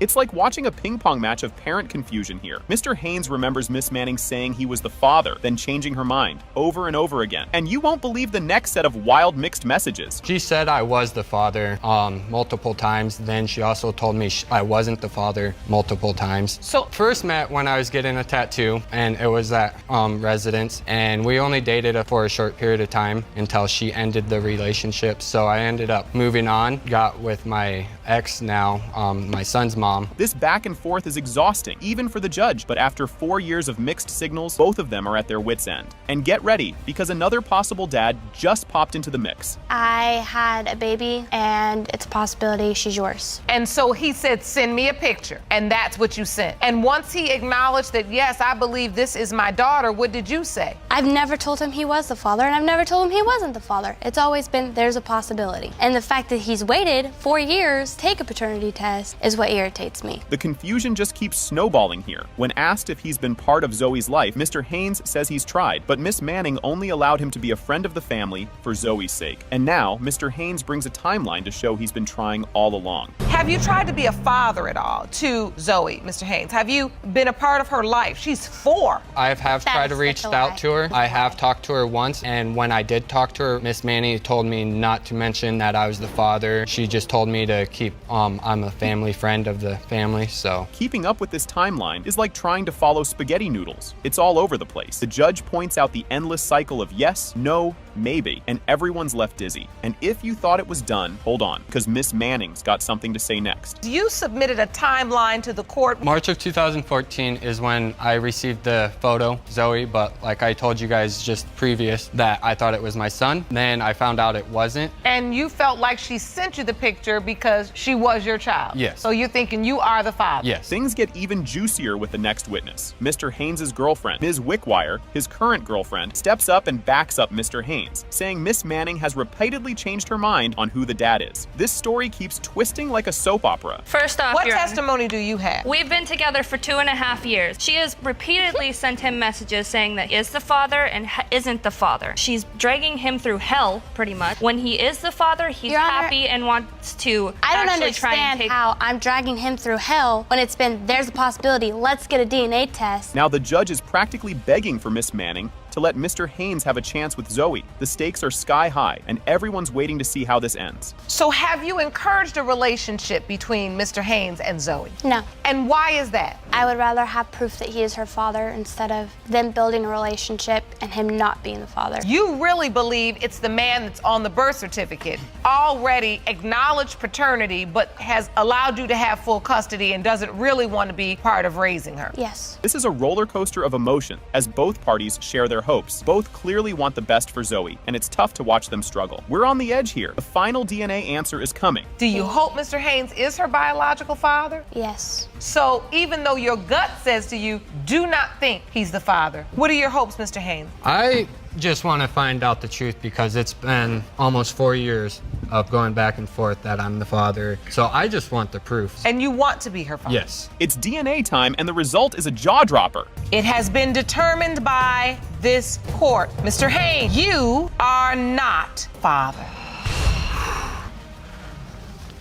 Whoa, this case got messy real fast. Mr. Lester's like, nope, not mine. You had other guys around then. Things already look dicey, and we're just getting started. Mr. Lester, you say that you and Ms. Moyet were never in a relationship and that she had multiple sex partners during her time of conception, so you are 100% certain that you are not father of baby Nyla. You won't believe the pettiness in this part. Miss Moyet says Mr. Lester's support so far includes a few diapers and one onesie for a boy. But trust me, these two are just getting warmed up. Mr. Lester has hardly been involved in Nyla's life. Besides the fact of 3 cases of diapers, a onesie that he bought for her, which was a boy outfit. Other than that, me and my mother have been providing food, milk, and everything and things like that. I also have evidence here showing you food, cribs, Let me everything. see that evidence. And things took a weird turn when Miss Moyet shared how she planned this pregnancy by showing up at Mr. Lester's house on her special day. The drama was thick in the air, and it was only about to get thicker. I actually planned this pregnancy. I went over his house the day I was ovulating, and I let him know I'm ovulating. I want to have a baby. We did nothing. That is not true. Yeah, we did nothing to prevent Nyla. To make matters even worse, since I've had Nyla, The tension really hit high gear as the judge dug into their relationship timeline. The judge tells them both that not using protection isn't exactly smart, and oh boy, we can feel where this is going. What she's saying is you were having unprotected sex with her then, and even since this child's birth, you're still having unprotected sex with her, that you are a possible father. I understand that, Your Honor. So do you agree that you had with her during the time when Nyla was conceived? Yes, I did. The cringe level spikes when Mr. Lester starts listing all the reasons he thinks he's not the dad. But let's be real, this was barely making his case stronger. My first doubt, when I first met Miss Moyet, she told me her name was Mia. Come to find out her name was Iris. I left her name in my contents as Mia because she was always missing in action. She told me out of her own mouth she had a boyfriend. She didn't appreciate that I wasn't spending time with her, and that's better than me. And I asked her, well, why you calling me tonight? The courtroom vibes hit awkward as Mr. Lester claims they always use protection. Miss Moyet fires back, no, we didn't. She looks at the judge like, why would I lie about this? The judge just sighs, clearly over their back and forth, as things start getting even more confusing. we always had protected sex. We had protected sex, Your Honor. Mr. and I have never had protected sex. Only I know how old I am, and I know what sex leads to. And I just want to point out to you the percentages having babies and how it declines. Some more research. Yes. This part's where Judge Lake hits us with some real talk, and it's actually kind of sweet. It's like she's giving life advice while still knee-deep in all this drama. Do you hear what he's saying? Yes, Your Honor. I know when you say you had the love of an older man, it was filling a void you felt for not having the love of your father. You were saying that. Regardless of what this result is today, I don't want you running around behind him. Do you understand me? Yes, Your Honor. You're better than that, and you deserve more than that. Thank you, Your Honor. All right? The big moment everyone's been waiting for is here. It has been determined by this court. Mr. Lester, you are Nyla's father. Yes! Yes! Ma'am. Didn't I tell you? You need to be respectful. Didn't I tell you? Oh boy, buckle up because this case starts wild and only gets crazier. With that opening, things are about to get heated and totally messy. Mr. Dark, you say the defendant is a promiscuous liar who broke your heart 4 years ago, stepping out on your then relationship. You admit to having a one-night stand with her 2 years ago, but are furious Ms. Bailey is now claiming you fathered her 11-month-old son, which you say is impossible. This backstory is like the soap opera you never asked for. You just know that's going to come back around and bite someone later. We was in a relationship for about 4 years. Everything was okay. Everything was pretty good when I first met her. Some good conversations about establishing us a family and probably having kids. We lived together at that time. I left to go out of town to do some work. Went to Florida to do some work in Florida. While I was going to Florida to do some work, I talked to Ms. Bailey about almost every day. Get ready, because here comes the I cheated, because you cheated circus act. And trust me, that's not even the half of it. Things are just warming up. We went on to the store. Well, while we was going to the store, her friend started to tell me a story. She was like, well, I just want to tell you something. She was like, well, the whole time that you was gone, she was cheating on you. Her best friend told you This that? is what her best friend told me. And I only did it because I thought you was cheating on me. Okay. So you admit you cheated on him? I did. And so your best friend told on you? Yep. This is where it all starts getting wilder, with Mr. Dark basically saying, wait, do the math. Suddenly, we've got more questions than answers, and Mr. Dark's math skills are being put to the test big time. With the calculation and the date she's using, Mr. Dark, you're saying this would only been 8 months. Yes, so ma'am. you believe she was already pregnant when you Yes, all ma'am. were intimate in March? She had to be already pregnant. And so I guess I was just a crutch. Whatever. From the beginning, I was there at the hospital when Jameer was born, even with my doubt, because in the back of my mind, I didn't never want to feel like, okay, he really was my son and I didn't do the things that I was supposed to do as a father. The birth certificate story is a doozy because Mr. Dark says he only signed it because Ms. Bailey pressured him big time. He's now totally regretting that decision, and we're all wondering what this could mean when the DNA results come in. And the reason why I signed the birth certificate, to answer your question, is because you told me at the hospital that if I didn't sign it right then I wouldn't have another opportunity to sign it. That's what you told me right there at the hospital. I didn't force you to sign it. You signed it on your own. If I didn't sign it, what was gonna happen? He won't have your last name. You won't get to sign it. Did you not say that? You know you said that. I did not tell you that. No, I said, okay, if you don't sign it, okay, that's on you. If you thought this was a one-time drama, think again. Ms. Bailey's got a history. Now he's wondering if this is a repeat performance, and everyone in the courtroom is starting to question what's really going on here. Ms. Bailey, have you been in a paternity situation before? I have, with my ex. So one of your other children, there was a paternity question surrounding that. Yes, that he wasn't. The biological father. Do you know who your child's biological father? Yes, I do. History is repeating itself in this moment for you. Oh, and just when you thought this couldn't get any messier, here comes Mr. Dark's current girlfriend with her own opinions. Now, we've got love triangles, timelines, and all sorts of drama flying around the courtroom, just like a daytime TV show. First, in my personal opinion, I don't feel like the baby looks like him. So you do not feel like there is a physical resemblance? No. Well, my due date is November 19th. My conception date is February 24th. And we're now 1 year later, but what you're saying is that you have a similar due date. Even though he's got doubts, Mr. Dark says he's been there for Jameer anyway, taking him to family gatherings and giving him some dad time. But even with all this family drama, he's trying to be a responsible guy, and the big DNA test is just around the corner. Jameer is 11 months old. What has been your relationship? I was in Jameer's life. I've been a part of his life. I've kept him. I took him to Alabama with me when I went to my granny's funeral last month. And my whole family said that that's not your child. So when Jameer with you to your family member's funeral. Yes, ma'am. The judge doesn't mince words here, laying down some tough truths about legal responsibility. It's a serious moment, and you can see Mr. Dark wondering if he should have brought a calculator to figure this all out sooner. But Judge, I just it's so much she say I don't want to do for him. I bought him probably like about 15 ones when he first was born and some Did not stuff. buy him nothing. And I took him to her or whatever, but It because was of the clothes fact that was already worn for someone because else. of the fact had gave me these things or whatever, Okay, but so it why was would you because say you something her you baby never never bought won. that Well, let me be clear. It's finally time for the big reveal, and let's just say it does not disappoint. The DNA results come in, and guess what? It has been determined by this court. Mr. Dark, you are the father. This past Father's Day, Memphis, Tennessee saw it in them to award me with Community Father of the Year award. The mayor was there and state representatives was there. So Caden will not fall short on a daddy or a father when it comes down to that. That is great to hear. Get ready for some real-life drama that feels like a movie. Judge Lake kicks off Lee v. Lee, where Mr. Lee accuses his wife, Miss Lee, of cheating multiple times and now questions if he's really the dad of their 11-month-old daughter. But if you think this sounds intense already, just wait. Miss Lee's backstory is next, and it's got some wild surprises. Mr. Lee, you say your wife, Ms. Lee, conceived a child after cheating numerous times during your marriage. Now, you claim your family disowned you because of her infidelity, and now your marriage is on the brink of divorce.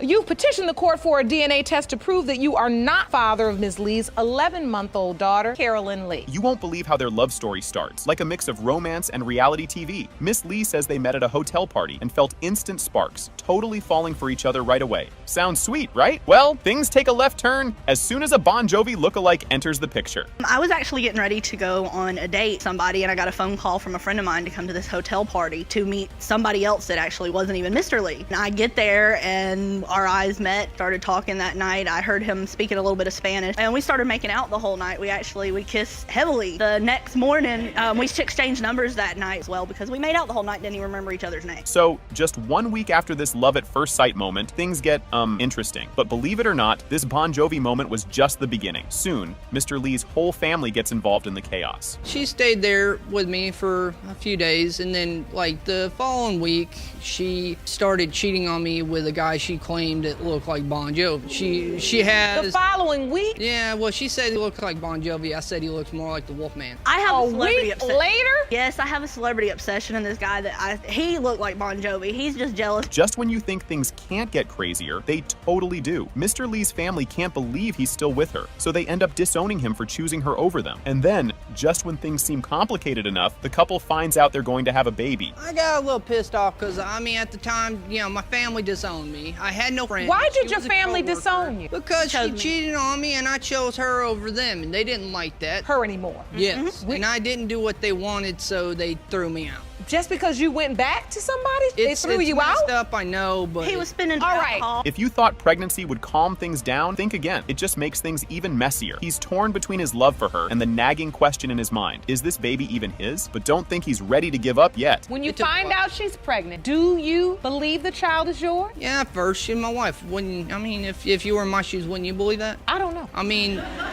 Yeah, I get it. I'm not going to sit up here and lie. I mean, she cheated on me before, but I figured why not stick around? Things had gotten a little better. Yeah, things So you felt like trust? I felt like I could trust her. I felt like that this was my kid. At this point, you've got to wonder how Mr. Lee has stayed so committed. It's clear he's been through a lot and has high hopes, but this test is going to be the real game changer. I do love her. I mean, I realize people have problems. People do things that they're not proud of. I mean, who among us has not? Now you stand here after saying you love her and you don't leave her, but now you're saying you're going to divorce her. The love's still there. We just, if baby's We're not going his, through the can't motions. Stay together. We've decided that the baby isn't mine. We're just not going to stay together. This part is like a soap opera. Mr. Lee talks about being there when Carolyn was born and signing her birth certificate, saying he's been trying to be a father and a husband through it all. You can feel the tension as he says he doesn't want to live a lie, but it's only going to get more emotional when Miss Lee's mom steps in. Take your time. I was there when she was born. I signed the birth certificate, everything. So you signed the birth certificate? I just don't want to live a lie. I want to know if this is my daughter or not. If he is not Carolyn's biological father, do you know who is? No, Your Honor. If things weren't complicated enough, Miss Lee's mom joins in with her own twist on the story. But hey, no one knows for sure yet, and the truth is still to come. She never saw really any happiness in my household. I feel bad for that. I was not a great mother to her, but she got kind of taken by my mother and my stepfather. They had her most of the time. But she did not see good things going on in the household. She saw a lot of fighting, and so she got into the dishonesty herself, lived what she saw. Here it is, the big moment that's been building up this whole time. Judge Lake reads the DNA results, and it has been determined by this court. Mr. Lee, you are Carolyn's father. Yes, I told you. I told you. Mr. Miles shows up in court claiming he's the father of his 37-year-old daughter, Christine, who he hasn't seen in over 2 decades. Just wait until Christine hits him with her first question. Mr. Miles, you are in court today to prove to your 37-year-old daughter, Christine, that you are her father. You admit you initially denied paternity when she was a baby, but are here to right your wrong. But she now wants to prove you are not her biological father. Things get messier than a bowl of spaghetti when Christine lays out her doubts. He says he's trying to make things right now, but Christine's not letting him off that easy. Next up, he tries to explain what happened way back when. I don't believe you're my father. My mom says you are not my father. You've been absent for 37 years. Why? Why now? Your mom said that I was your father. Why she changed her story, I have no idea. But that's not the truth. And why now? I had the opportunity to be able to look for you because I wanted to see who you are and who your family was. If this backstory had a theme song, it would definitely be a country breakup song. He only found out he owed child support much later, which leads Christine to question where he's been all these years. Spoiler alert, he's got more excuses. I didn't know about the child support at that time. I was just named as a father. You were named the legal father. Then makes you responsible for child support. You're just out there, you're dating a young woman, you love her, you all get together, then you break up. You were never informed. When she found out she was pregnant, she never called you to say, I'm pregnant. No, Judge. Now Christine starts sharing her side, and it's honestly a tough listen. Just when you think the emotions can't get any heavier, Christine reveals a twist about those child support payments. I was really bad as a student. I got in a lot of trouble. I went to foster care 4 years. I went through lots of therapy to forget all this, and I'm back today.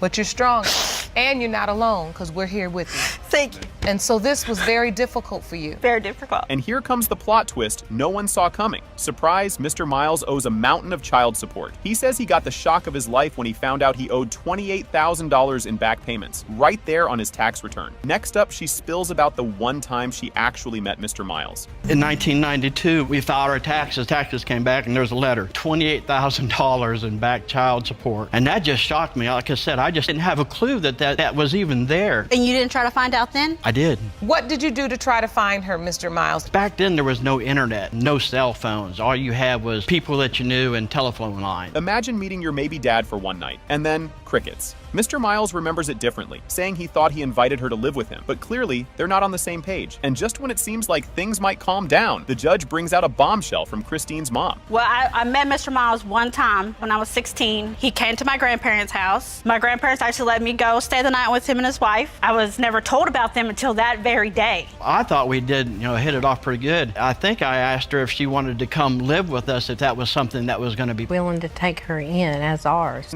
Right when you think you've heard it all, Christine's mom drops a statement that changes everything. Mr. Miles doesn't seem to care, though. He's convinced they have a bond. Just wait till you hear what Christine says about reconnecting with him now. Because when we were in the court, she said I was the father. So after that, I assumed she would tell her that I was the father because that's what happened in court. Why would she name her after his mother? Why would she go after him for child support? He said he wanted to play dad. Yeah, I wasn't even with her then. That's what she said. He was never with her. Yeah. He is still yet to contact her mother since that. Here's the moment everyone's been waiting for, and it's like the air gets sucked out of the room. The judge reads the DNA results, and the truth is, it has been determined by this court. Mr. Miles, you are not the father. buckle up, everyone. This one's gonna be wild. Miss Collins is here to prove that Mr. Stone is her daughter, Tamara's dad, saying he bailed when he heard she was pregnant. Things are already heating up, and we're just getting started. Miss Collins, you have dragged the defendant to court to prove he is the biological father of your 4-year-old daughter, Samara. You say one day of bliss became a lifetime of hell when Mr. Stone up and disappeared when you revealed to him you were pregnant. Miss Collins spills the tea on how she met Mr. This is where the plot twist kicks in. Now she's pregnant, and she's got to let Mr. Stone know he might be the dad. Me and Mr. Stone met on a dating site. I seen his profile. I thought he was kind of handsome, and obviously he thought I was cute as well because he messaged me back. So we had a few conversations until one day we decided that we will meet up. We were drinking. Well, why don't you just stay the night? You know, you've been drinking anyway. Why don't you just, crash here? So later on that night, one thing led to another, and we had sex. Miss Collins remembers calling up Mr. Stone, all like, hey, I'm pregnant, and this could be yours. This mix-up only makes the whole situation messier, and they're both sticking to their stories. I went to a doctor. This was at, I think, the beginning of June. The doctor told me I was about a month long. So I'm like, okay. So after that, I give Mr. Stone a call. I let him know. I said, hey, I'm pregnant, and there's a possibility that you might be the father. She never said possibility. Yes, I did. I told him I was pregnant, and it might be a possibility that the baby would be his. Miss Collins says she tried to stay in contact, but Mr. Stone up and moved to Arizona and went off the grid. They both look at each other like, seriously? The mystery of who ghosted who is on, and now everyone's got questions. Man, so she gave me the call. I was in Arizona. She's like, well, the person I thought that was the father of the baby is not. And then she said, the other person that might have been a possibility to be the father also is not. 2 additional people besides you. Besides me. No, I didn't, Your Honor. Mr. Stone shows up with evidence saying he tried to do DNA tests several times, and guess who didn't show? Miss Collins says she either didn't know or had stuff going on. And now Mr. Stone's got trust issues. It's a classic game of he said, she said, and at this point, they're still pointing fingers. I get a phone call from the court where she lives at. We show up, can't do the test for whatever reason. They say that they'll be in touch. Well, I go back a second time. I drove all the way up there. Guess who didn't show? Miss Collins did not show. She suggested that we do a at-home DNA test. So I was like, I don't really trust that. I don't know if that's not a doctor, but she said, I'll pay for it. I said, okay. Miss Collins throws in a curveball. Her daughter Kimara has hypoglycemia, which she claims runs in Mr. Stone's family. The health stuff is only adding to the chaos here, and both are still looking for answers. A few years back, my daughter, she got sick. Come to find out she's hypoglycemic. Now, that does not run on my side of the family. So what I do, I'll give Mr. Stone a phone call, and he says, yes, I do believe that do run in my family. Anybody could have hypoglycemia. I'm not the only person on this earth. I'm sure there's a whole lot of us. It doesn't run in my family. Maybe the other guy runs in his family. I don't know. Dr. Brown Parks swoops in to clear things up on hypoglycemia, saying it could actually be genetic. The doc gives her medical opinion, and everyone's waiting on the DNA test to see who's got it right. So first off, hypoglycemia is simply low blood sugar. It can happen for a variety of reasons. There's a level at which we just have chosen that below 50 milligrams per deciliter when they take your blood. Most common cause is from people who are diabetic or hyperglycemic. It drops their blood sugar too low. It is indeed. Judge Lake finally opens the DNA envelope, and surprise! It has been determined by this court. Mr. Stone, you are the father. Right from the start, the drama is real, and you can just feel that this one's gonna be intense. Let's just say he's got a lot of doubts, and he's ready to get some answers. Mr. Here, buckle up, because they just did. Ms. Nadeau gets a major reality check as she recalls the shock of learning her first child was actually fathered by Mr. Zara's best friend. The audience gasped hanging out, though he admits it wasn't exactly steamy. So yeah, the witness doesn't exactly have the smoking gun, but he's dead. Here comes Mr. McCaffrey, and he's not shy about spilling the details. Crowd's in shock, and it's clear this love triangle, or square, is getting harder and harder to keep track of. You hear this testimony? Yes. You admit you were intimate with Ms. Nadeau? Yes. If you don't let him testify for himself. Just when you thought you'd heard it all, Judge Lake pulls up the weather report. With snow confirmed, everyone's looking back to the real. Here it is, the big moment everyone's been waiting for. It has been determined by this court that her father is Mr. Zara. You want to tell everybody how sorry you are?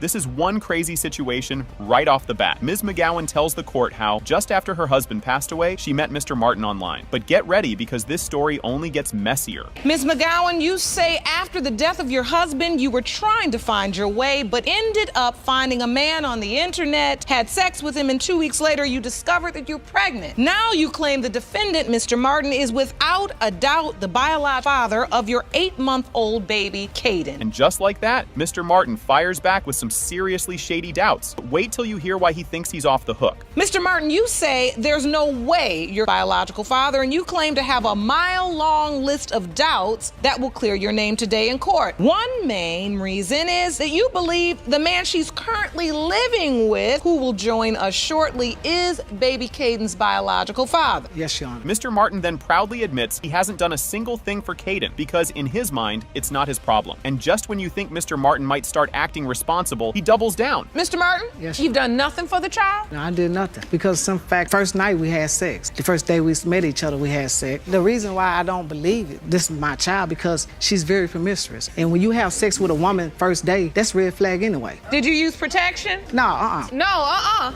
Now this is just some wild math Mr. Martin is doing to dodge responsibility. And just when you think he'll finally take the hint, here comes Ms. McGowan with some big proof. After it happens, and then there's a baby on the way, how you can doubt. Because there was other men involved. Out of one of the potential men, others. Okay. So therefore, I cannot be that one. You know what I'm saying? What math are you doing? How do you exclude yourself from the number of men that could potentially be her child's father? She had sex with another guy. Oh my God. If things weren't messy enough, Ms. McGowan brings out her own evidence with a calendar to back up her claim. But as if on cue, Mr. Brody himself steps up next, ready to share his side of the story. Yes, I have the calendar of the date. You do. So you presented a calendar that outlines the date you were intimate with Mr. Martin. Yes, ma'am. And that's April 2nd. Yes, ma'am. So you're intimate with Mr. Martin on the 2nd. The doctor tells you your conception date is estimated at April 3rd. And here's where things get even juicier. Mr. Brody jumps in and says he's actually been playing the dad role this whole time. This guy isn't holding back, and it's about to get even more emotional. I've been there. Tina and I, Miss McGowan and I have been messing around since February. I just pray that he's mine. I really do. Because when he was born, he looked like me. He was a little light-skinned red baby. He had my cow licks and everything. happened in the NIC unit when they took him from his mother when he stopped breathing. Mr. Brody isn't just a maybe dad, he's been fully committed to the role and it shows. But the stakes get higher as Judge Lake gets ready to address the whole messy love triangle. This past Father's Day, Memphis, Tennessee saw it in them to award me with Community Father of the Year award. The mayor was there and state representatives was there. So Caden will not fall short on a daddy or a father when it comes down to that. That is great to hear. Here it is, the moment of truth that flips everything on its head. It has been determined by this court. His biological father is Mr. Martin. That's what's up. That's what's up. That's what's up. Oh man, this is just the start, and it's already pretty wild. And let me tell you, things are about to get even weirder. Ms. Morris, you've petitioned the court for a DNA test to prove that the defendant is the father of your 1-month-old son, Jackson. You hope these results will save your family because you have 2 other kids together. Okay, this is just bonkers. Mr. Byram talks about how he found out about Ms. Morris's little secret rendezvous with his own friend, no less. Yep. Hiding in the attic. You won't believe the timeline of how long this has been going on. Me and the dude she cheated on me with were hanging out the night before. We're really close friends. We stayed up all night, 5, 6 o'clock in the morning. I wake up probably 7 o'clock. He's already gone. She fought with me the night before so she can leave and stay at her grandma's house. She was over there with the kids. I seen him on the couch. That's when I started banging on the doors and the windows. I go in the house. He's hiding up in the attic of her grandma's house. You think it couldn't get any messier? Think again. Ms. Morris says she was already being accused of cheating anyway, but what she reveals next about her dates will leave you laughing and cringing. We were having trouble way before I even slept with his friends. He's always constantly telling me I'm cheating. It's been happening for 4 years now. He keeps accusing you, so you just go ahead and validate the accusation? Well, we split up for a month. And he was living down the street at his friend's, and he was dating a different girl, and I was staying in the house with the guy, the other potential father. The timeline on these hookups is all kinds of messy. And yeah, just when you think that's wild enough, the details keep coming. You say you are certain he's the father of Jackson. When did you sleep with him? September 27th. She could have slept with him the same day. I slept with him on September 25th. That's why we're here today for the result. Oh, so you slept with the other guy September 25th? Yes, Your Honor. Yep, things keep getting complicated. Ms. Morris says she's been in contact with the other guy's mom, wants to be in Jackson's life if he's her grandson. But of course, Mr. Byram is not too thrilled, and his reaction to this, classic. Did you tell the other guy, Ms. Morris, that he could be the father as well? Yes, Your Honor. She's still talking to his mom about it. No. Sending his mom pictures of the baby. So when the baby was first born, I sent her pictures of the baby because she was asking me how much he was. No, I did not. Yeah, you did. About how much, not an everyday thing. It only happened twice. Tension in their home is so thick you could spread it on toast. Ms. Morris can see this, and things get even stranger after this. Yes, he does. He shows my other 2 way more attention than he shows him. Do you blame me? You do admit you're having a hard time bonding with Jackson because you don't know. I still buy him clothes, toys, and do whatever for him, but I keep my distance from him because I don't know if he's my son. Here, Mr. Byram's doubts are loud and clear. And Ms. Morris? Oh, she's about to spill the tea on some major regrets. You helped her out the entire time? You came when the baby was born? I was there. I held the baby first. Did you sign the birth certificate? No, I did not. I just kept looking at him and thinking about what she did to me, and I just can't treat him the same as my other kids because I know for a fact that those other babies are mine, and I love them to death. I just can't love him full on, love him until I know that he is my flesh and blood. I just can't. Never. It's apology time, and Ms. Morris really starts to feel it. But Mr. Byram's response? Just wait. It's not what you'd expect. I can see behind your eyes a lot of sadness. Yes, Your Honor. You know you've made a mistake. Yes, Your Honor. Do you regret the mistake you made? I regret cheating, but I don't regret my son. I mean, I would never regret a kid regardless of what happened. But I do regret cheating. You do? Yes. This is it, the big moment. And whoa, the truth is wild. It has been determined by Mr. Byram. You are the father. Yes. Yes.